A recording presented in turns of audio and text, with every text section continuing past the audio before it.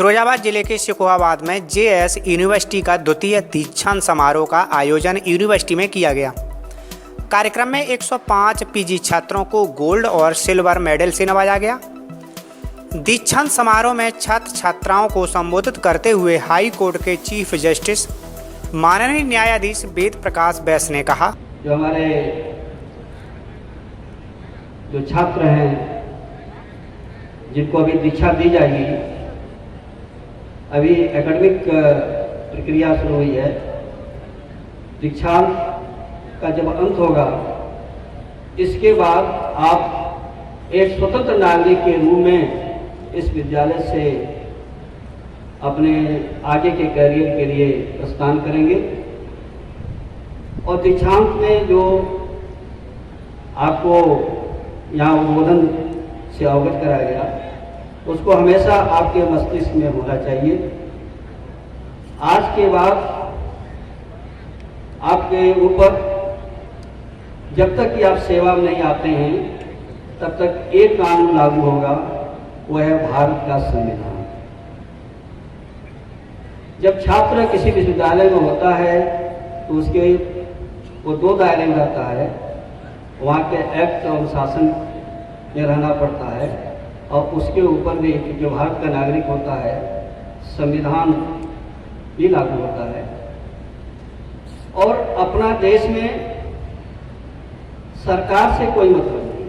हम यह जो बातें करेंगे, अनुभव की बात करेंगे।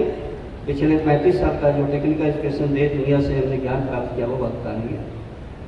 संविधान सर्वोपरि है, और यही कारण है कि यहाँ ये दीक्षांत समारोह में जो डिग्री और जो मेडल दिया गया है, ये संविधान के न्यायमूर्ति हमारे आदरणीय जज साहब के कर कमलों द्वारा किया गया है।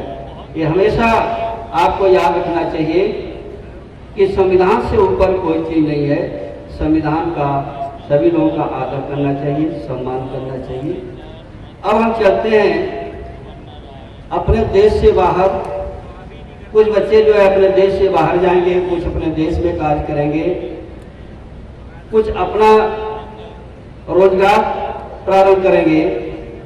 हम जो लोग भी बैठे हैं यहाँ पर आज के दिन में, हम लोग पुरानी व्यवस्था से जो एजुकेशन पॉलिसी हमारी पुरानी थी, 1986 की जो एजुकेशन पॉलिसी है, उसके हिसाब से हम लोग आज यहाँ तक खड़े हैं। इसके बाद जो यात्राएं शुरू होंगी, जो हमारे पीछे जो बच्चे आ रहे हैं, उनके ऊपर न्यू एजुकेशन पॉलिसी लागू हो गई है।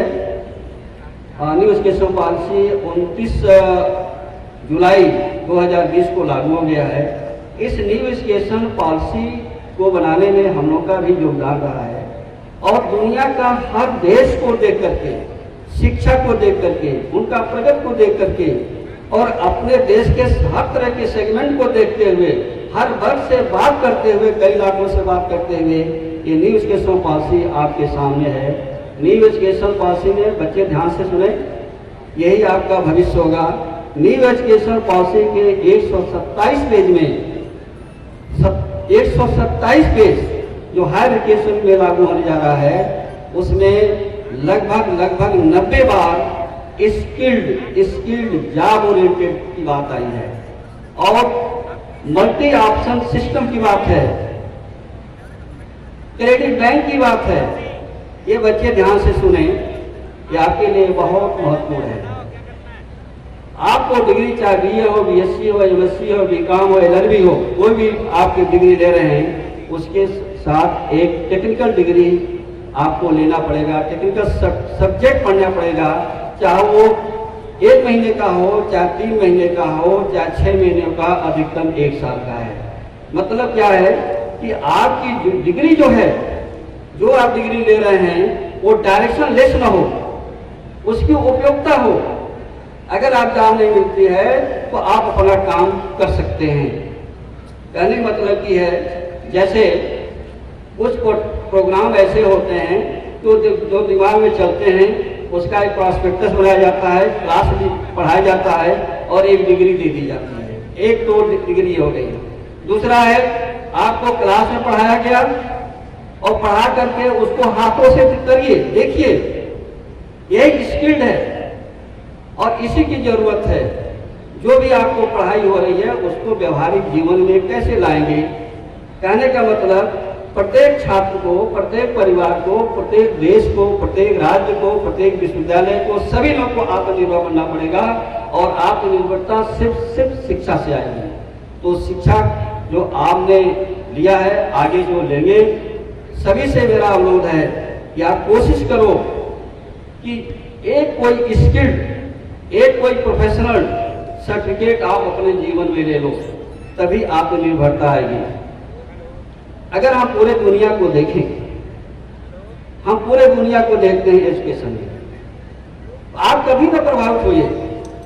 लगभग 144 देशों का जो मैं देखा जा करके, उसमें आप जैसे बच्चे सर्वोच्च हैं। इसलिए सर्वोच्च स्थान पर हैं क्योंकि हम जो हमारे भारतीय बच्चे जो भी काम करते हैं मन से करते हैं, हृदय से करते हैं। कम पैसे में कर लेंगे, अभाव में जीने की कला है और सबसे बड़ा संस्कार है। यही एक अच्छा देश है पूरे दुनिया में जिसका अपना एक संस्कार है, एक संस्कृत है, उसकी एक भाषा है। कोई बता सकता है क्या कि वेदों की रचना कब हुई? 4 वेद हैं, उनकी रचना कब हुई? कोई बता सकता है क्या हमारे देश का निर्माण कब हुआ? कोई नहीं बता सकता।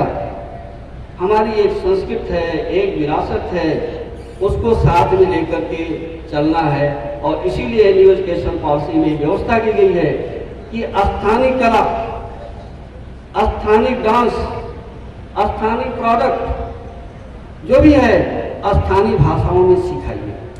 और हम लोगों ने शुरू कर दिया है। विश्वविद्यालय के लोग, विशेषकर राजस्थान यूनिवर्सिटी के जो विश्वविद्यालय 27 हम लोगों ने प्रारंभ कर दिया है और उत्तर प्रदेश का पूरे देश प्रारंभ करने जा रहे हैं। स्थानीय कला, जो स्थानीय आपके जो विलुप्त होती जा रही हैं, चाहे कला हो, चाहे कोई प्रोडक्ट हो या कुछ भी हो, उसको पुनर्जीवित करना है। और यही है वोकल फॉर लोकल। अपने प्रोडक्ट को, अपने जो आपके जो कुटीर उद्योग के जो प्रोडक्ट हैं, जो घरों में बनते हैं, उसका हम कितने प्रचार करें। मैं आपको एक एग्जाम्पल दे देता हूँ आपके सामने। बीकानेर हल्दीराम की भुजिया, ऐसी भुजिया, ऐसा नमकीन आपको गली गली मिलेगा। लेकिन हल्दीराम ने अपने लोकल प्रोडक्ट को, स्थानीय प्रोडक्ट को इतना प्रचार करते करके दुनिया में लेकर चले गए। कहने का मतलब छात्रों से मेरा यही अपेक्षा है कि आप जो कार्य करें उसमें विश्वास होना चाहिए, उसमें समर्पण होना चाहिए, उसमें त्याग की भावना होना चाहिए। इसके ऊपर भी है, जब तक कि छात्र को बता रहा हूं, जब तक कि आप दूसरे का सम्मान नहीं करेंगे, तब तक आप जीवन में आगे कभी नहीं बढ़ सकते। कार्यक्रम में मुख्य अतिथि हाई कोर्ट के चीफ जस्टिस वेद प्रकाश बैस, प्रोफेसर अमेरिका सिंह, कुलपति मोहनलाल सुखाड़िया विश्वविद्यालय उदयपुर, प्रोफेसर अशोक मित्तल कुलपति, डॉक्टर भीमराव अंबेडकर विश्वविद्यालय आगरा ने शिरकत की। यह पूरा कार्यक्रम डॉक्टर सुकेश यादव की अध्यक्षता में किया गया। छात्र छात्राओं को संबोधित करते हुए राजस्थान से आए प्रोफेसर अमेरिका सिंह ने कहा, शिक्षक और विद्यार्थी दोनों ही हमारी शिक्षा व्यवस्था के महत्वपूर्ण आधार है। शिक्षा ही राष्ट्र के विकास और संपन्नता का मेरुदंड है। शिक्षा के साथ ही राष्ट्र और समाज में राजनीतिक, सामाजिक, आर्थिक, वैज्ञानिक, समृद्धि, पर्यावरणीय सरोकार और संस्कारों के आधार विकसित होते हैं।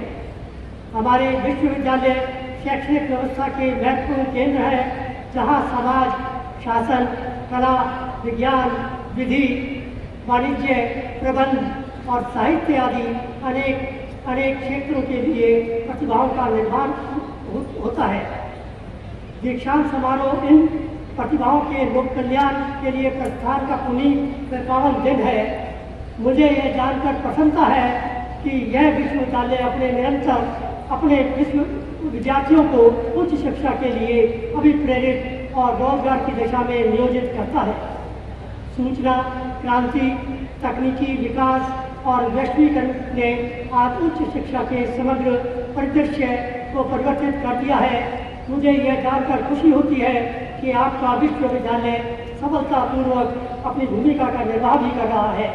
कोरोना की वैश्विक महामारी के परिप्रेक्ष्य में विश्वविद्यालयों ने ऑनलाइन प्लेटफॉर्म के माध्यम से अधिकांश नियमित कार्य करते हुए विद्यार्थियों के साथ संवाद कायम किया।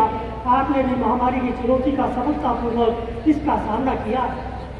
मुझे यह कहते हुए भी प्रसन्नता है कि हमारी नई राष्ट्रीय शिक्षा नीति सार्वभौम भारतीय ज्ञान और विज्ञान को सतत विकास की मूल प्रेरणा के साथ समन्वित करने वाली है। यह शिक्षा नीति ज्ञान आधारित समाज के निर्माण के साथ विद्यार्थी केंद्रित है। इस शिक्षा नीति के द्वारा संपूर्ण मानवीय समाज का निर्माण कर सकेंगे। यह शिक्षा नीति मानवीय मूल्यों की संवेदना का विस्तार तो करेगी ही, साथ ही इसके माध्यम से विद्यार्थियों को विज्ञान, तकनीकी, समाज विज्ञान, कला, मानविकी आदि विषयों में उसकी अभिरुचि, सुविधा और प्रदर्शन के लिए पर्याप्त अवसर और विकल्प प्राप्त हो सकेंगे। तेजी से बदलते हुए इस वैज्ञानिक दौर में हमें वैश्विक मानकों के साथ चलना पड़ेगा। मेरा अभिमत है कि हम अपने लिए इतने ऊंचे आदर्श और मानदंड स्थापित करें जो दूसरों को हमारे तरह चलने के लिए प्रेरित और प्रोत्साहित करे। हमारी नई राष्ट्रीय नीति ऐसे ही आदर्श और मानदंड अपनाने वाली है। विश्वविद्यालयों की भूमिका इसके लिए सबसे महत्वपूर्ण होगी। नई शिक्षा नीति को लेकर आपको कारगर पहल करनी होगी। आपके विश्वविद्यालय को नई राष्ट्रीय शिक्षा नीति के क्रियान्वयन में निरंतर अग्रसर रहने की आवश्यकता है। समाज और देश की नई चुनौतियाँ और ज़रूरतों के अनुसार उपयोगी और प्रासंगिक पाठ्यक्रम के निर्माण में नवाचार करने होंगे। नई शिक्षा नीति में स्थानीय भाषा, बोली, संस्कृति, कला, साहित्य, शिल्प, ज्ञान विज्ञान और तकनीकी को बढ़ावा दिया गया है।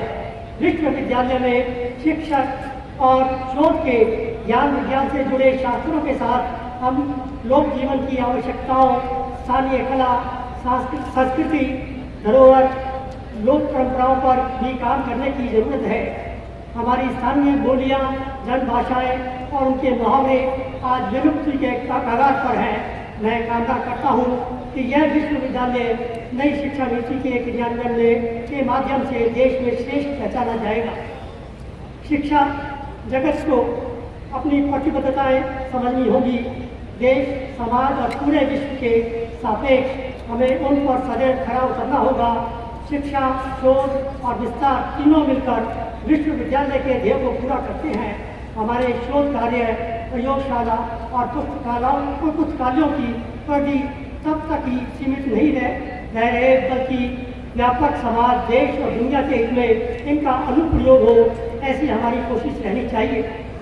इस विश्वविद्यालय में ज्ञान के क्षेत्र में समर्पित और संकल्पित होने वाले प्रतिभावान और उत्साही शिक्षकों को भी शुभकामनाएं देता हूँ। उन्हें धरती पर दुनिया में व्यक्ति बनाने वाले प्रजापति ब्रह्मा जी ने अपना प्रतिनिधि बनाकर भेजा है, क्योंकि व्यक्ति से व्यक्तित्व का निर्माण केवल आप ही कर सकते हैं। JS विश्वविद्यालय आज उसका कन्वोकेशन प्रोग्राम में हम विशेष रूप से विशेष अतिथि के रूप में हम पधारे हैं और हमारे न्यायमूर्ति साहब बैठे हुए हैं, लखनऊ से हैं। आप यहाँ पर मुख्य अतिथि के रूप में पधारे हैं और विश्वविद्यालय का हमने भ्रमण किया और यहाँ पर अच्छी सुविधाएँ हैं। बच्चों की संख्या को देख कर लग रहा था कि यहाँ पर शैक्षणिक माहौल है, क्योंकि ज़्यादातर विश्वविद्यालय के दीक्षा समारोह में जो हम लोग का अनुभव रहा है पिछले 30-35 वर्षों का, कि बीच में लड़के छोड़कर चले जाते हैं। इसका मतलब कि यहाँ के विश्वविद्यालय में जो है पढ़ाई के अलावा, शैक्षणिक माहौल के अलावा संस्कार भी है और किसी तरह का इस पंडाल में बच्चे आपस में बात भी नहीं कर रहे थे, बड़े शांत भाव से हम लोग को स्पीच सुन रहे थे। और विश्वविद्यालय में जो अभी विभिन्न डिग्रियां दी गई हैं, इससे लगता है कि ये मल्टी फैकल्टी विश्वविद्यालय है और इसकी आवश्यकता भी है। अगर हम पूरे दुनिया में देखें कि विश्वविद्यालय की क्या स्थिति है, तो आपको जानकर के आश्चर्य होगा कि अगर 500 विश्वविद्यालय पूरा दुनिया का देखें तो 90% विश्वविद्यालय आपको प्राइवेट सेक्टर के मिलेंगे।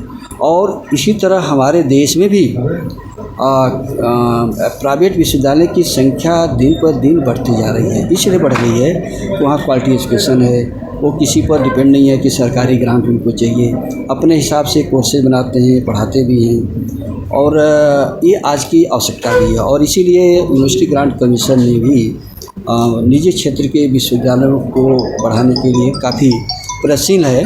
और यहाँ तक अगर सरकारी क्षेत्र के विश्वविद्यालय, जिसमें हम भी इन्वॉल्व हैं, और मैं ये संदेश देना चाहता हूँ कि जो सरकारी विश्वविद्यालय हैं उनको में बदलाव आना चाहिए, और बदलाव ऐसा होना चाहिए जैसे प्राइवेट सेक्टर में है कि लोग समय का ध्यान नहीं देते हैं, जितना काम होता है वो करके जाते हैं। मतलब कॉर्पोरेट सिस्टम आपको लागू करना पड़ेगा अपने देश में। और अच्छी बात है न्यू एजुकेशन पॉलिसी पर प्रारंभ हो गई है।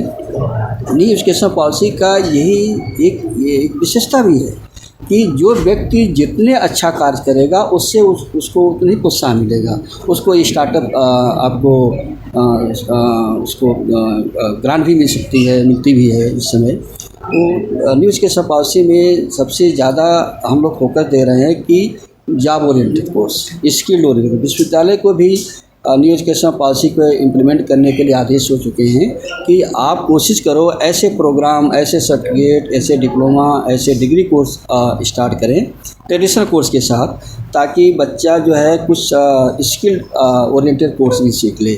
और न्यू एजुकेशन पॉलिसी का सबसे फ़ायदा ये है कि सपोज एक बच्चा जो है बीए में एडमिशन लिया और 3 साल का उसका कोर्स है, उसने 6 महीने पढ़ा तो उसको सर्टिफिकेट दे दो। 1 साल पढ़ा तो उसको डिप्लोमा दे दीजिए, 1.5 साल पढ़ा एडवांस डिप्लोमा दे दिए, बीच में छोड़ गया 2 साल, 4 साल, 5 साल के बाद आता फिर उसको ले लीजिए। Credit bank system, academic credit bank system ही हो गया। ये और देशों में चल रहा था, और इसके लिए तो हम जो है यूजीसी का हम शुक्रिया अदा करते हैं, MHRD की शुक्रिया अदा करते हैं कि जो दुनिया की जो रास्ता था न्यू एजुकेशन का जो सिस्टम था कि आत्मनिर्भर बने और अपने किसी पर डिपेंड न रहें, तो इस तरह का शिक्षा व्यवस्था होनी चाहिए और हमारे देश में लागू होगा। ये बहुत शुभ संकेत है। और शीघ्र ही अगर ये शिक्षा कामयाब रही, जिसका हम लोग उसका इवैल्यूएशन करेंगे 2030 में, 10 साल बाद करेंगे। 10 साल बाद के बाद फिर स्थिति देखा जाएगा कि क्या हमको परिवर्तन करना है। तो आप लोग आए, हमारा बाइट लिए, हम आपका आभार व्यक्त करते हैं। Thank you sir.